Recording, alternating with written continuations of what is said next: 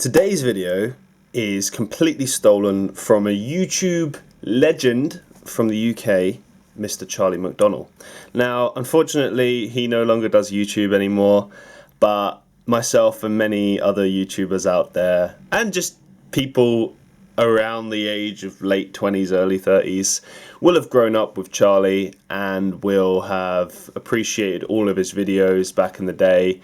I'm seeing a lot of them resurfacing now, and it's making me sad, but it's kind of bittersweet. You know, it's like, oh, you know, look how lovely he was, and how pure this is, and how this all still applies to today. But one particular video that caught my eye was a video that he actually made about 3 years ago, because he's pushing 30 now, and it was 26 things he'd learned in 26 years. And I was like, I'm 27 now, and I also feel like I have some wisdom that I can give to the world, based on mostly my mistakes and also just living in general and experiencing things and kind of just figuring out life. And, you know, along the way, these little things just kind of drop here and there, and they become, you know, part of your understanding of life. And your understanding of life is always changing, but there are some like common truths that seem to just stick and become, you know, I guess life truths maybe. But in any case, I've stolen your idea, Charlie. I know you're moved on in life and doing something completely different now, and it's awesome. Congratulations. But yeah, I'm stealing your idea. So this is 27 things I've learnt in 27 years. Numero uno. When critics pan a movie or a song or a TV show, massively so, often they're wrong.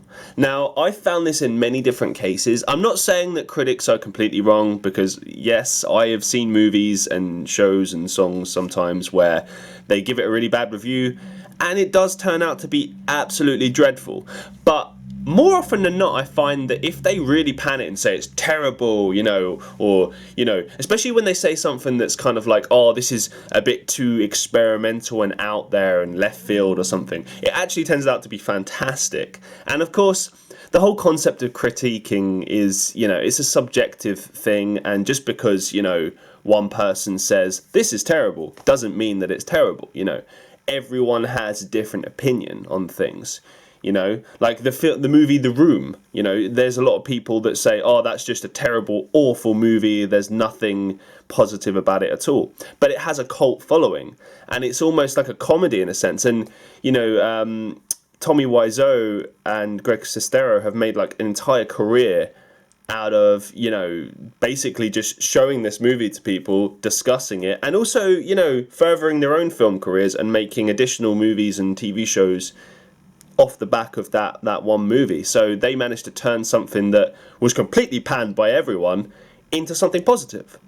And that to me is kind of inspiring and kind of represents, you know, how we all are in terms of, you know, having different opinions on things and seeing things that other people don't. You know, I have plenty of people tell me that a lot of the things that I do are terrible. And sometimes that gets to me. But a lot of the time, I just look at it like, well, that's your opinion, you know, and you're entitled to your opinion. But that doesn't mean that you're right or wrong. You can't be right or wrong. I mean, it is. I mean, you could always get better at things, I guess. But then the better, or the mark of what is good and what is bad is relative, because that's been decided kind of universally by a bunch of people. And that's always changing anyway, you know, because there are different trends and different things that people consider to be good and bad, and it just goes on and on and on. Number two is, if you're angry during an argument, I find it's always best to just walk away, not like walk away from the place, but kind of just be like, I'm going into the other room, or, you know, I'm going to take 5 minutes, and just getting the anger out of your system, you know, do something else. But most importantly, to calm down, because when you're angry, you've just lost control, you know. And I've struggled with this many times over the years, and the only times that it ever kind of worked out was when I calmed down and when I just stopped being angry. Because when you're angry, you just think irrationally, and you're caught in this idea of, no, it's your fault, no, it's your fault. It's just a blame game, and you end up just attacking the other person, which doesn't get you anywhere. I mean, at the end of the day, when you're having an argument, it's because you disagree about something, or you're kind of caught in this problem where you're trying to communicate something to someone and they're just not getting it and they see it a different way. And like, the only way that you're going to be able to resolve that is by sitting down and talking, and being rational with each other and reasonable, and not getting angry at every single thing that they say. Because, yeah, of course, you're going to be at odds with each other because you have different thoughts and feelings and opinions. But ultimately, you're trying to communicate. So by being angry, there is no communication there. I mean, it's okay to be passionate about something and be standing up for yourself, standing up for a point. But if you're just angry and embracing that anger, unfortunately, you won't get anywhere. So I find that it's good to just take some time away from it. Just do something else. Take as much time as you need. Come back, resolve things peacefully. Number 3. Follow your heart and you'll never go wrong. Now, this is a bit of a tricky one because I've had people say to me, oh, that's nonsense. What do you mean follow your heart? Like, you've got to be sensible. You've got to use your brain. And that is true. But I have a story that proves this, okay? I've come full circle. I'll tell you a quick story to explain what I mean by this. So basically, when I was 21, I went to university to study marketing, a degree. And about a year before that, I had an adult. I was 18, 19. He was maybe 50, 60. And he was a relative of someone I was dating. And, he seemed like a sensible guy. And he is and was. But I was at a very confusing time in my life because I was in a band, but the band wasn't doing as well as I wanted it to, and I was putting everything into it, and I was really passionate about it. It was this big thing that I was trying to do with my life, and it was a bit unorthodox. It wasn't a standard career path. It's the music business. Do you know what I mean? It's so tricky, and it's very difficult to get into, and not many make it. There's some people that do it for decades and never get anywhere with it. It's ruthless. But I just believed in us. I thought we were very good, and I thought we had a chance. And because I was doubtful, and because I was working at the time, full-time in a supermarket and not doing much else with my life, and also I was very, kind of, how do I put this? Not very happy with myself. I was a bit kind of nervous about everything, and I doubted myself. I didn't have a lot of confidence in myself, basically, and I really wish I had in hindsight. But you go through these things. You get as you get older, you gain more confidence, and the more you do things in life, the more confidence you get. But I just had no confidence at all. So when someone is in my ear kind of saying, maybe you should do this, you should do that, normally I'd be really stubborn and just be like, no, I'm doing it my way. But I just listened to the guy because I was like, well, what I'm doing isn't working. Maybe if I do what he says, it'll work out. And this is the funny thing about life. I did what he said. I went and got my degree. I then worked in my field for 3 years after that. So that's a period of about 6 years of doing the degree and then working in the field of marketing. And here I am, 6 years later, back to doing creative things. YouTube, Twitch streaming, acting, music, writing. All of these things that I put on the back burner and said, yeah, that's just a pipe dream. That's just silliness. I should not take that seriously because it's not a real career. And here I am, pursuing all these different careers because I'm passionate about these things and because I feel in my heart that this is what I should be doing. This is what I should have always been doing. So basically what I'm trying to say is life is going to push you in that direction. If you follow your heart, if you don't ignore what your inner core is telling you, and you just go, hey, I feel that I should do this. I feel passionate about this. I feel like this is right for me. go for it. Do that. You will never go wrong. Trust me. It might be scary, and you might feel like you're crazy, and everyone around you is just like, what the hell are you doing? But if you're following your heart, you will eventually get to where you need to be. Number 4, time is one of the most precious things in life. I sometimes think it is the most precious thing. Obviously we need things like food and water and shelter to sustain life. So, okay, yeah, I realize time doesn't physically keep you, living. But as a concept, compared to, money, for instance, a lot of people say like, oh, money is the be all end all. And it's really not the case. I mean, money comes and goes, but time just goes. You don't get it back. And sometimes life can move so quickly without you even realizing it. I've had times in my life that dragged on and on and on, and then times that went really quickly. And I'll be honest, the times that dragged on were often the times that I wasn't happy and I was doing things that, quite frankly, just bored me senseless and didn't make me feel like I was doing anything with my life. And if you feel that way, you need to just change it. Because the thing is, no one's going to change your life for you. So you've really got to kind of think about how you're using your time and value your time and look at it like a transaction. If I can't remember the movie, but there's a movie that Justin Timberlake was in many years ago, and it was literally about this concept of actually buying and selling time, right? I thought it was a really cool concept for a film. But on a deeper level, when you really look at it, time is the most important thing, because it can just fly by. 10 years, 5 years, 15 years can just fly by. And some people are clinging so strongly to the past that they forget of what is existing in the moment right now. They want to be transported back to a time when they were happy. And the thing is, we're constantly moving forward. I'm not saying anything here that's revolutionary or it's going to blow your mind or, even anything that you don't know already. But I think it's good to be reminded of how precious time actually is. And to just take some time every now and again to think about okay, you know what? This thing might take up a certain amount of my time. For instance, going to university. That's 3 years of your life that you could be spending doing other things. It's a big commitment. And whenever you've got these big commitments in terms of time, I think you do have to sit down and think about why that's important to you, and is it worth, your investment? Because you're going to put effort and resources into that and everything else, but the main thing you're losing is your time. You're just getting older. And to put it on a dark level, tomorrow is not promised. Do you know what I mean? We could die at any minute. Just because we tend to live long lives on average doesn't mean we actually will.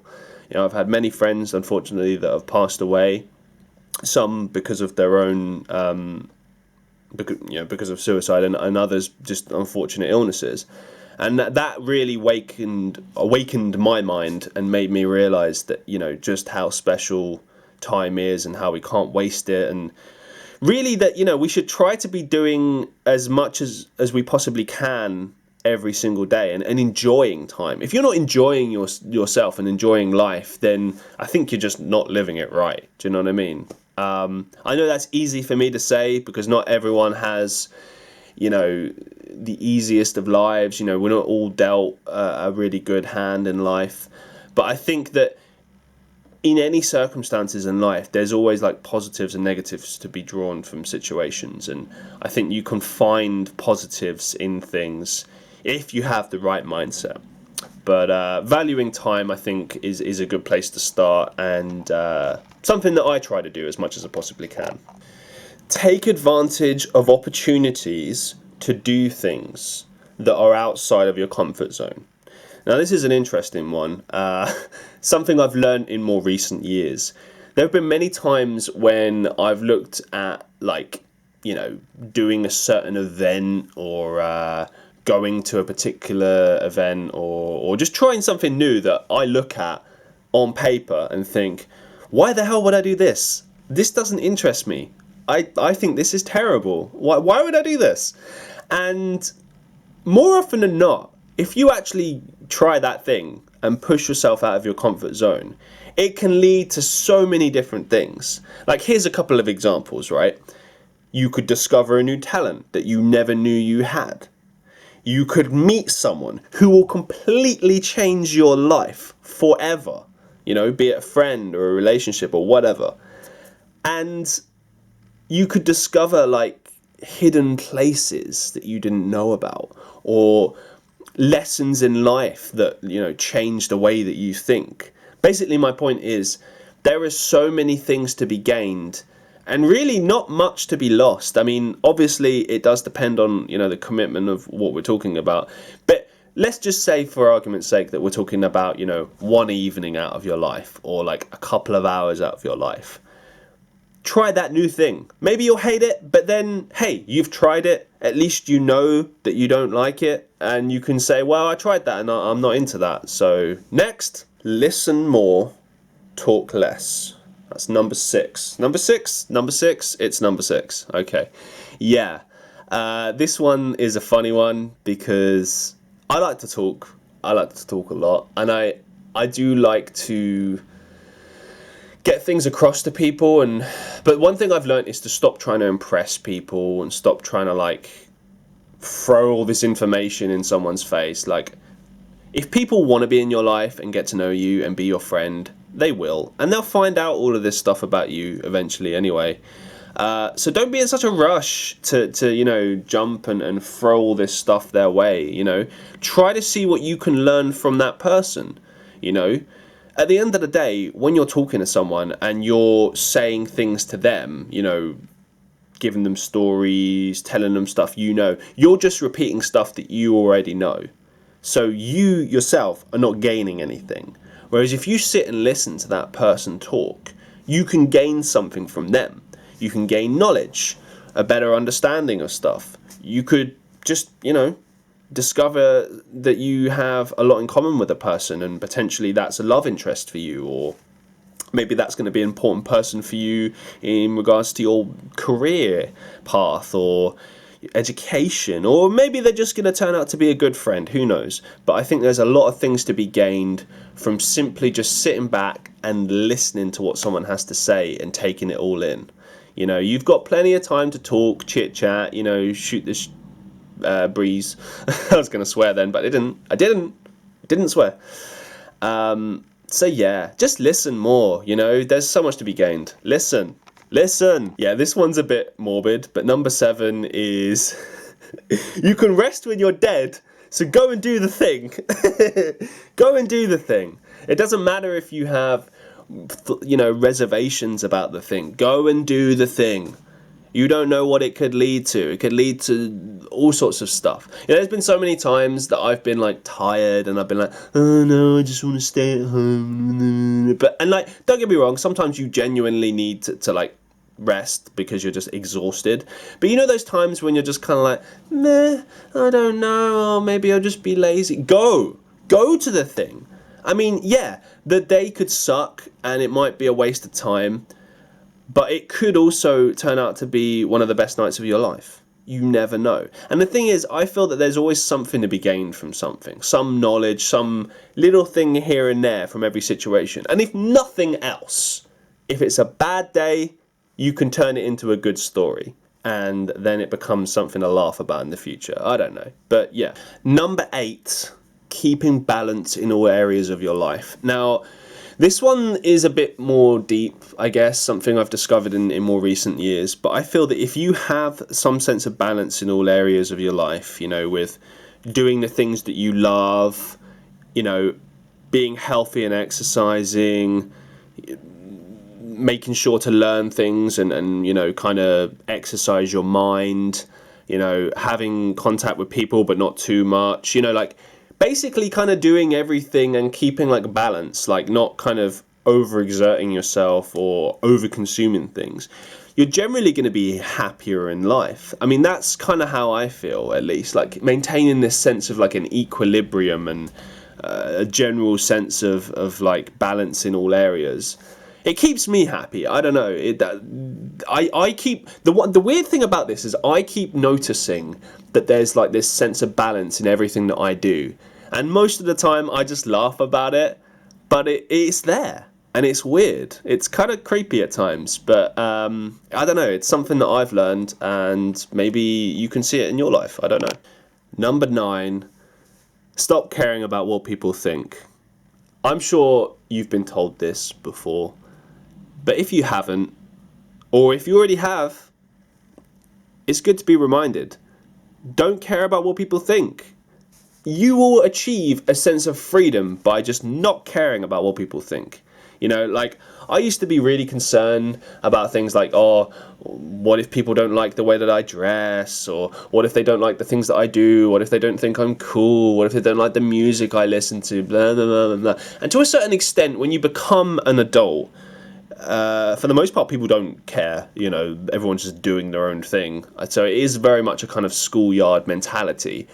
But there is a sense of judgment, you know, that people have with things. A good example is, you know, when I was in Estonia and I would talk about wrestling every now and again, occasionally, and I get this in the UK as well, occasionally people will be like, what? You like professional wrestling? And it's like, yeah, I do. And then the conversation gets awkward because I'm not going to sit there and like say like, oh yeah, it's terrible. No, I like that. I have done for a very long time, and it's part of who I am. So if you're going to cuss it out, I'm going to challenge you. And not because I don't think that it's, you know, right not to like wrestling. You know, everyone likes what they like. I have an issue with people making you feel bad for liking something. I think that's nonsense. You like what you like. You know what I mean? That's you. That's who you are. No one has the right to make you feel any other way. So, yeah. Like what you like, man. Number 10. Most people are too busy with their own lives to care about what you're doing. Now, this is kind of a continuation of the last point, but I think it's important to say, like, yeah, you know, in addition to not caring about what people think, I think a lot of the time, you know, it might seem like everyone is concerned with your business, but trust me, like, a lot of the time, they just have so much stuff going on in their own lives to care about what you're doing. And, you know, it's funny as well, if you're really that concerned with what people think, and then you ask people, you'd be surprised. A lot of people either have no idea about you or what you're doing. This is more talking about strangers and stuff, but it can also apply to friends and people in your general circle. But, yeah, that you know, life is full of stuff, and it's kind of almost silly to assume that, you know, other people's thoughts are completely occupied with what you're doing, unless they're like really, really closely related to you, like they're a partner or a family member. But even then, they should still probably have their own life and their own things going on. So don't fret about it, man. Number 11, this might be controversial. Karma is real.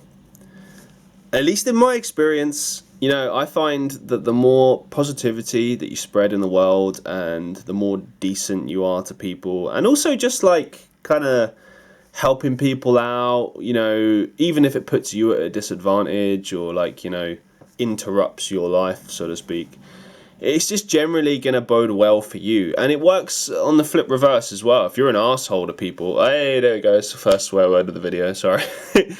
But if you are like that, if you do spread negativity, it's going to bite you back at some point. You know, it might not happen straight away, but it will happen, and it will suck. And yeah, you know, I don't think there's much else to say, really. You know, just be aware of karma and try to spread positivity as much as possible. Number 12, healthy body, healthy mind. Now, I've kind of touched on this a little bit, but let's go into it a bit further. I find that anytime I put any kind of bad stuff into my body, I mean, in addition to feeling crap afterwards, I do kind of feel, you know, less motivated. I don't feel like I'm at kind of peak performance in terms of my mind. I just kind of feel a bit like, lazy. And it often happens the day after.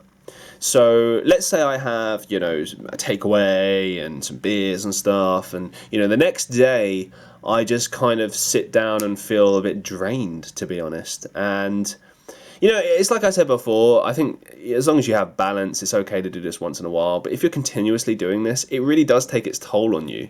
And I've noticed that when you're younger, when you're a teenager and whatnot, in your early 20s, your body can take a lot and it just kind of throws it away. It's like, obviously this does vary for every single person, but basically, your metabolism is very high when you're younger. But as you get older, it's really slow. Like, for instance, if I injure myself now, it takes a hell of a lot longer for it to repair. So you can imagine if you're putting crap into your body's response is going to be a lot slower as you get older. So if you treat your body well, it's going to, be kind to you too, and kind of put you in a frame of mind where you're feeling better, both physically and mentally. I think it's all connected. And it's a bit of a cliche saying, but it's true. And, I want to spread knowledge and actual truths in this video. Number 13, be nice to someone even if you think they don't deserve it. Now, I was tempted to say, just be nice in general. And I do think that is, an important thing in life. But I do think it kind of comes down to the type of person you are. I'm naturally nice to people because that's what comes naturally to me. I think it's bad to assume that, we're all nice, because it's not the case. But I do think that everyone is capable of both. You're capable of being really nice and you're capable of being horrible. And, I never paint myself as being a perfect human being because I don't believe in that concept. I think of it more as, it's like a spectrum that we're all on. And, we're constantly going back and forth. But some of us can control ourselves and keep ourselves to that more positive side. And sometimes we can't. It really is a work in progress kind of thing.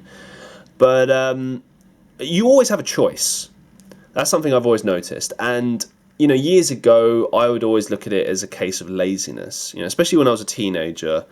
I would kind of pick and choose. And I was so invested in things that didn't really matter that I didn't always see what was going on around me. And as I got older, I began to realize that, being nice and kind of going out of your way for people is rewarding in terms of how it makes you feel, but more so in terms of how it makes them feel. It makes people feel special when you're nice to them. And I feel that, even if you meet someone who's just being an arse to you and not very nice, just try to be nice to them. You never know what they're going through, or, maybe they're just having a bad day. We all have bad days. I've had bad days. You've had bad days, Be nice, because you don't know. And we all deserve kindness is kind of what I'm trying to get to. I think we all deserve it, and we all should be afforded it. So just be nice to everyone, and I don't think you'll go wrong. Number 14, advice is not a fact, it's a suggestion. Now this one is important because, at the end of the day, when you're getting advice from people, obviously you've asked them. Most of the time you've asked them. There are a lot of times when people just offer up their advice and, okay, fair enough, maybe that's not like exactly what you were hoping for, but, sometimes it's good to listen. It really depends. I always look at the person that's giving me the advice, their position in terms of, what I'm doing. So for instance, let's say I get advice about content creation from, another YouTuber. That to me is someone that I might want to listen to, if they're doing better than me in some shape or form, be it, making better quality videos, getting more attention for their videos, and so on and so forth, right? But if they're just someone, who's never created videos ever and is just giving me, some advice, I'll still listen, because I don't, necessarily think they have nothing to contribute. But at the same time, if let's say they're criticizing me, I am going to look very sternly at the fact that they've never actually done it themselves, and, maybe that they're not kind of being constructive as well.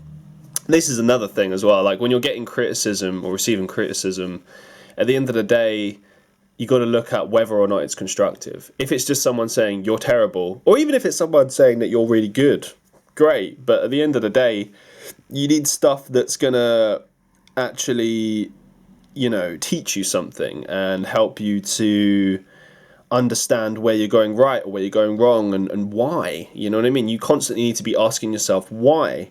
But ultimately, what I want to get across is this idea that you should do what you feel is right.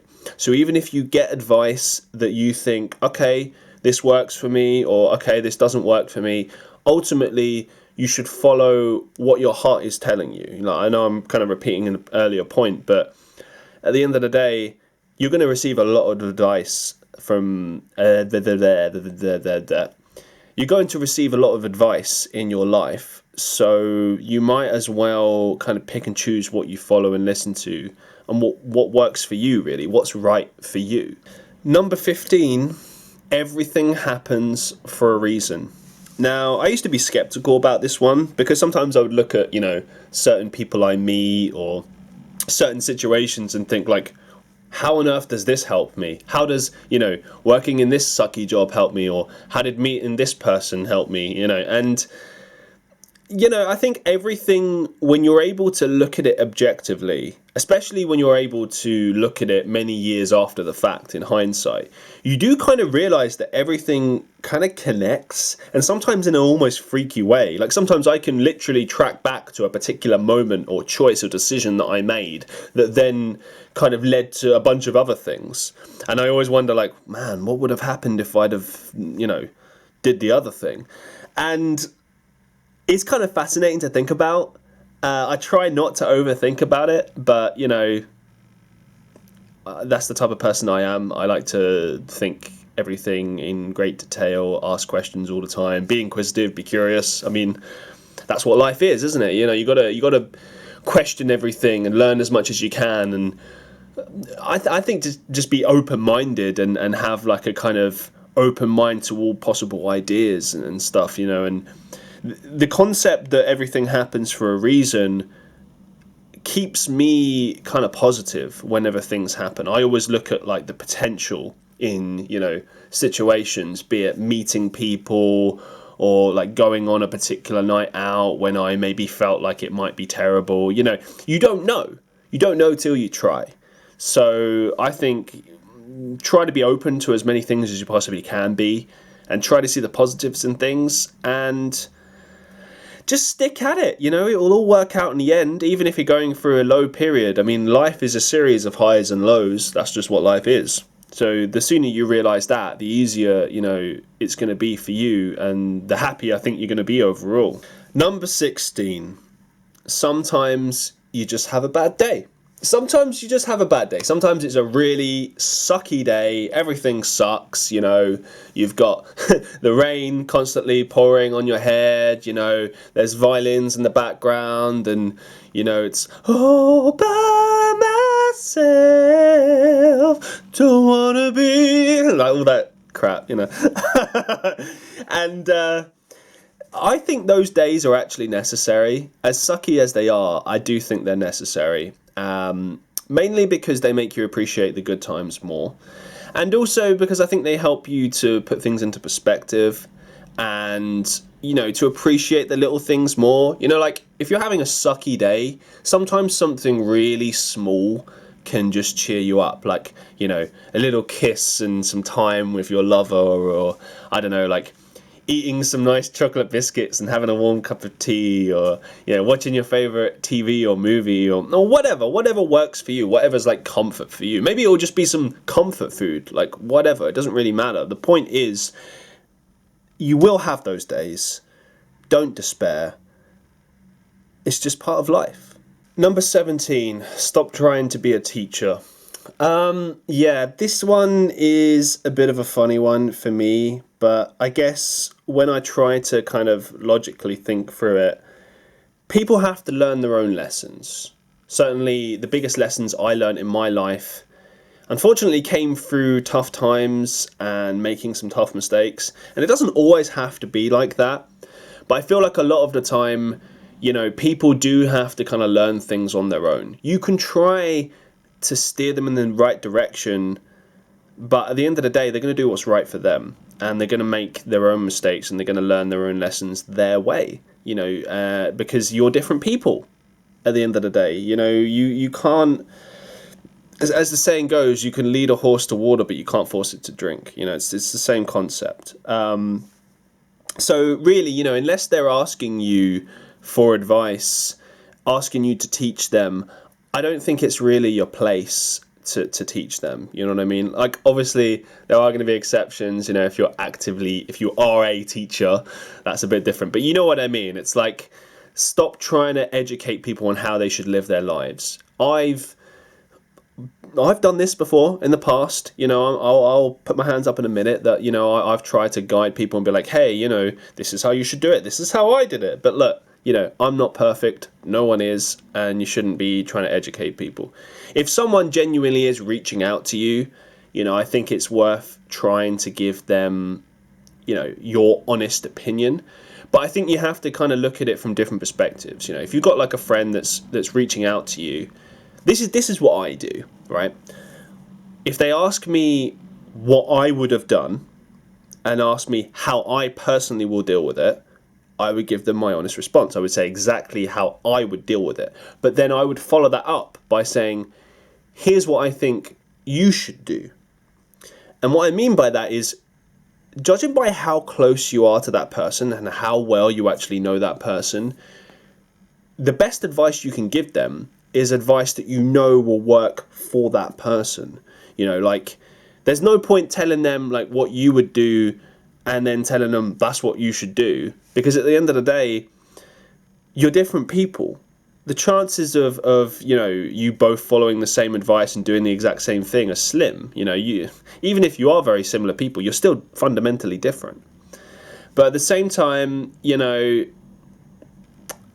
I really think that you should only ever try to guide people, never try to teach them. I feel like the real teaching and learning comes from, someone taking control of their life and teaching themselves, learning, reflecting. Like, I feel like the biggest lessons I've learned in life have been, from mistakes and from sitting back and reflecting on the past, reflecting on everything I've done in my life, said and done and experienced, and going, okay, this is what I have learned from this. This is what I have taken from this. Number 18, blimey, 18 already. Failure is a gift. No, I am not crazy. I truly believe this. The biggest lessons I've ever learned have been from failure. You don't learn anything from winning. And yes, I know this is kind of cliche. I know you've probably heard this and all the other things in this list many times before. But again, this is just what I've learned and what I've come to understand after 27 years on this planet. There are other things, of course, but I think these are some of the core things that I've learned. And among those core things I've learned is that failure is definitely the best teacher in life. I mean, I can think of so many times when I've just utterly failed in life and then something good came of it, or there were dark times in my life that led to other things, I mean, for instance, I worked a very long time in customer services, and for a lot of that time I felt worthless, I felt useless, I felt like I was unintelligent, I couldn't do anything with my life. I had people around me reinforcing that and telling me that. I had customers saying that, which, on a side note, if you're working in customer services, I feel for you. I've been there. I know how horrible the general public can be and how they can just make you feel this small and show you zero respect. And it really does show you, if you're into psychology, working customer services, that's a really good way to learn about the psychology of people from all different backgrounds, because the way that they treat other people says everything about them. If you're going to date someone and you see that they treat like people in customer service like shit, then imagine how they're going to treat you, So, yeah, I mean, I always just try to see the positives in failure and try to take something from it and try to keep moving forward, There's no point sitting and dwelling on failure. You're going to fail. You're not going to win every single time. If you did, you never would learn, and hence you would never grow. And I don't know, maybe I'm a bit of a romanticizer, but I try to look at my failure as something that I'm proud of and something that I've built upon and become a better man because of. Number 19, life is a series of moments. So try to sit back and enjoy them. This one's really simple. It's just a rephrasing of a very famous quote from an excellent movie. You're awesome if you know this. Life is pretty short. If you don't stop and look around once in a while, you could miss it. Google that. It's one of the best movies you'll ever watch in your life. Now, I remember when I first heard that quote, I just thought it was a cool quote. I was a kid when I watched that movie. But as I've gotten older, especially now in the last couple of years, time has moved so quickly. You know, people have come and gone out of my life, you know, lovers, friends, family, you know, both simply moving out of my life for various reasons, or, you know, sometimes those people have passed away. And life in many ways is very bittersweet because of that. So I've learned to really appreciate every single moment and live in the now. Because look, the past is the past. You can't go back to the past, no matter how much you might want to. Believe me, I understand. There are people that I miss so greatly. There are times in my life that I miss so greatly. But everything has to have a beginning and an end. Everything ends. It's just the nature of all things. So, you know, the best thing you can really do is to kind of keep looking at now and enjoying what's happening to you right now. And, you know, appreciate people, you know, good people, people that make you feel special. Embrace that, because, you know, time is so short and life is so short. And like I said before, you know, nothing is promised.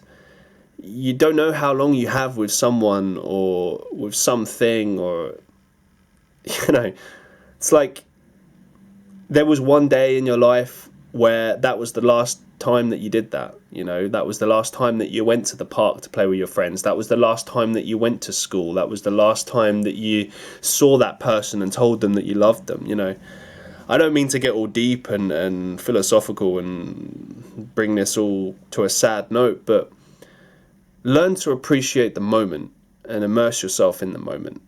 That's what I do anyway.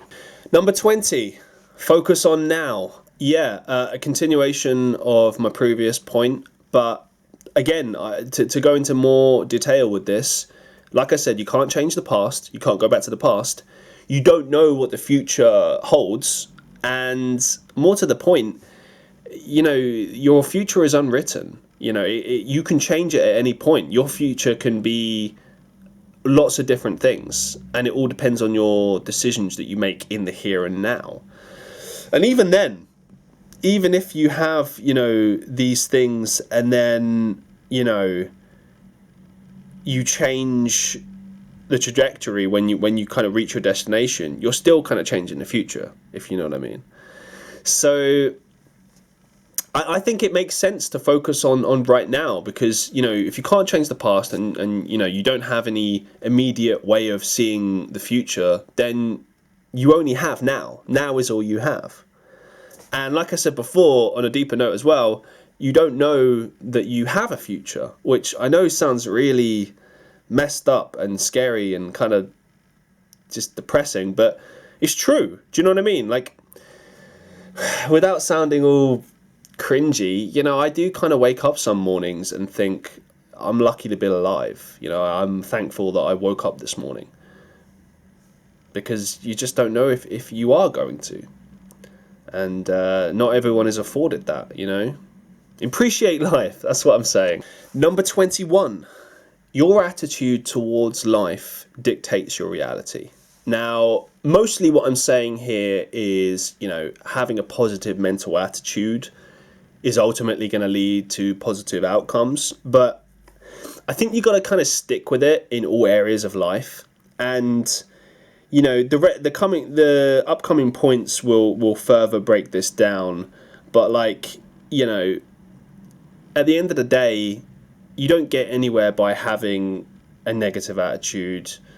And having a positive attitude in life with regards to everything is going to generally bring you positive things. And I think a lot of the time people, you know, have this kind of instant gratification idea in their head. Like they're like, well, why am I not rich right now? Why am I not successful right now? Why don't I have this and that and this and that? And it's like, that's not the way life works.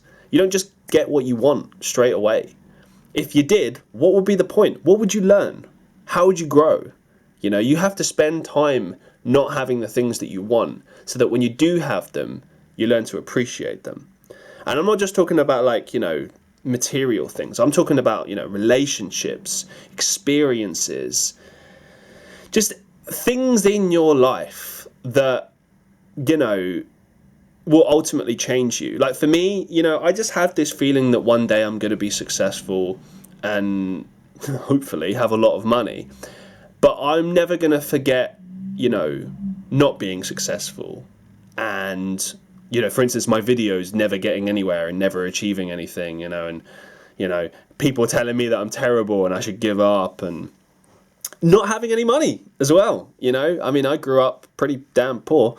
And it's fine, you know, it's not really the end of the world. If anything, it makes you appreciate things more, I think. But ultimately, you know, money is just kind of a thing. And, you know, as a better man once said, you know, money only rents happiness. It doesn't ultimately grant it. I think happiness is relative from person to person.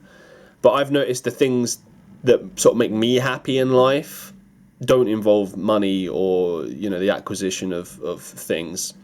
But that's just me. You know, there's some people that argue that, you know, oh, that's just what poor people say. And maybe, I don't know.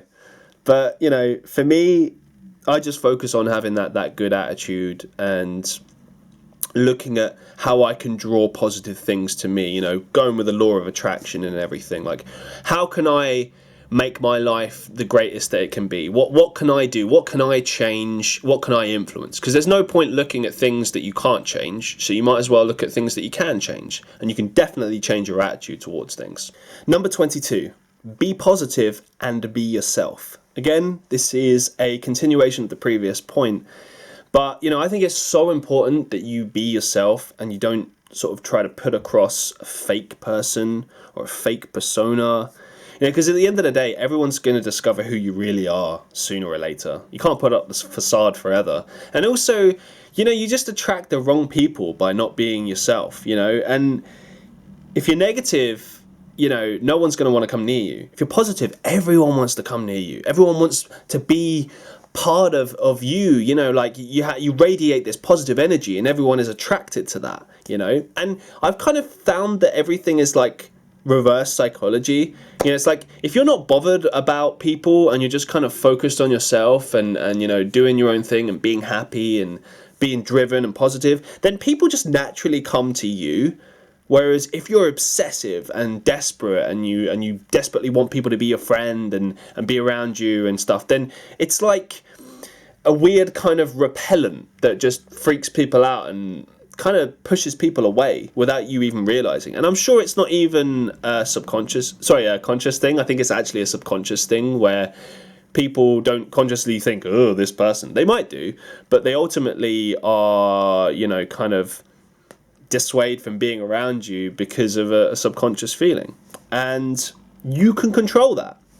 You know, again, I'm not perfect by any means. And one of the things I've changed recently is to, you know, stop being so negative and be more positive. And also to stop being so desperate. You know, I was so desperate for a long time to, you know, be in a relationship and, you know, to have friends and all of this. And now I'm just like, you know what? If people come into my life, great, I'm all for that. If people don't, it's fine. I'm just going to focus on me and focus on doing what I love. And, you know, if people want to come along for the ride, then great. But, you know, there's nothing wrong with being alone either and doing your own thing. Number 23, replace words with actions. Everyone knows the saying, actions speak louder than words. But very few people, I feel, actually follow through with this. People always talk about, like, I'm going to do this, I'm going to do that, I'm going to make this change in my life, and then they don't do it. And I've actually found that the best thing you can do is, if you want to change something, don't say you're going to change it. just do it. Silently do it. Get through it. And then afterwards you can talk about it and maybe spread it as like a positive message to people and be like, hey, I changed this thing in my life and here's what I learned and here's what happened. If you say you're going to do something and then you just don't do it, it is just words and it's disappointing to others, but more importantly to yourself. Like, you're letting yourself down by not following through and you know, kind of taking action. But, you know, in general, I feel that, you know, actions do, the saying is correct. Actions do speak louder than words, you know, and people are more motivated by actions and more, it captures their imagination and pushes them more. And like, if you take a relationship as an example, yeah, it's all well and good telling someone you love them, but isn't it so much more when, you know, let's say like you buy them a gift of a thing that you know they love. That says to that person, you've taken the time to get to know them and understand what makes them happy and what, you know, drives them on a deep level. Like, a good example is, let's say your partner is like an artist, right? And you buy them like some really high quality paintbrushes or something, right? That's like saying, hey, I support your dream, I believe in you, and here's my kind of symbol of proving that, you know? It's a little thing, and yeah, it is just an item, right? But it's a good way of showing you, like, that, you know, you care about that person and you know them and you've spent time getting to know them and you care about them and you know what drives them on a deep level, you know? So much more than just saying, hey, yeah, chase your dream, you're going to be a good artist, you know? It's actions speak louder than words. Number 24, never forget to tell people that you love them. Yeah, this is a sad one. I've had friends that have passed away over the years, and I would have loved to have told them, you know, how much they meant to me, and opportunity's gone. I had something very, very recently happen that I regret. It was my grandma on my dad's side passed away, and we weren't close in any way. And at the time when I wanted to get in touch with her, this wasn't necessarily to tell her I loved her, but, you know, just to kind of get to know her. My chance had run out. You know, she passed away. I'd lost my chance, and it sucks. It really does. And yeah, you know, I was just a immature teenager when I met her, and, you know, I was defensive and angry at the world and all of this, and I'm sure she understood. She was a grown adult, you know, a smart woman from what I understand. But, like, you know, you have this window with everyone, you know, like I said, you know, tomorrow is not promised. And no matter how angry you are at someone, you should resolve that, you know. Most often, arguments are just ego things, you know. It's not about who's right or wrong. It's not about, you know, anything other than a miscommunication. And if you can figure that out, put your ego to one side and go, do you know what? I love this person. I care about this person. I want to make it right with this person. Then you will make it right, and you won't focus on egos or silly issues and let those things get in the way, because you might miss your opportunity and then you'll never get to tell them. You know, I have a bit of a rocky relationship with my mother, for instance, but I always make sure to tell her that I love her. You know, I try as much as I possibly can to make her know that, because in despite of our rocky relationship and the, you know, up and downs that we experience together, just like all relationships, I want her to know how much she means to me and how much I love her. Because, you know, it's very easy to forget that, especially if a person doesn't say it often. There's some people that argue that, you know, not saying it often makes it mean more when you do say it, and I do believe there's an element of truth to that. But, you know, especially if you don't see someone very often or talk to them very often, I think it's always good to just remember to tell them that you love them. Number 25, forget about the rules, do what you feel is right. Now, this one might be a bit controversial, But laws change all the time, things change all the time, times change. And I think there's always these kind of like universal truths or universal things in life that just kind of, like, deep down, right from wrong. You know when something is right, or if you're experiencing an injustice. You just know, you can feel it within yourself. And with that in mind, I think it's always kind of important to, not focus so much on like what society is telling you is the right thing to do, or, what the rules say. Because a lot of the time, rules are designed in order to fit like an agenda, or to protect certain people, or industries, or companies, or governments. But they're not necessarily designed to reflect what is right in the world. And, we have a very imperfect world, and there's a lot of horrible things and injustices that happen all the time. And fortunately, we're living in a time where people are rising up and challenging things as much as they can. But, the fact still remains that all of those things still exist, and we're nowhere near where we should be as a race.